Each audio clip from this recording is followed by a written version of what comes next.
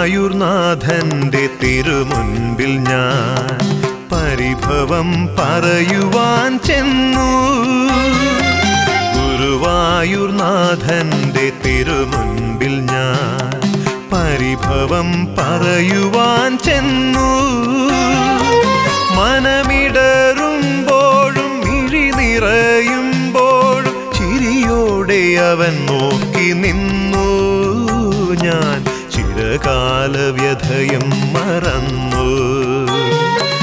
ഗുരുവായൂർനാഥന്റെ തിരുമുൻപിൽ ഞാൻ പരിഭവം പറയുവാൻ ചെന്നു.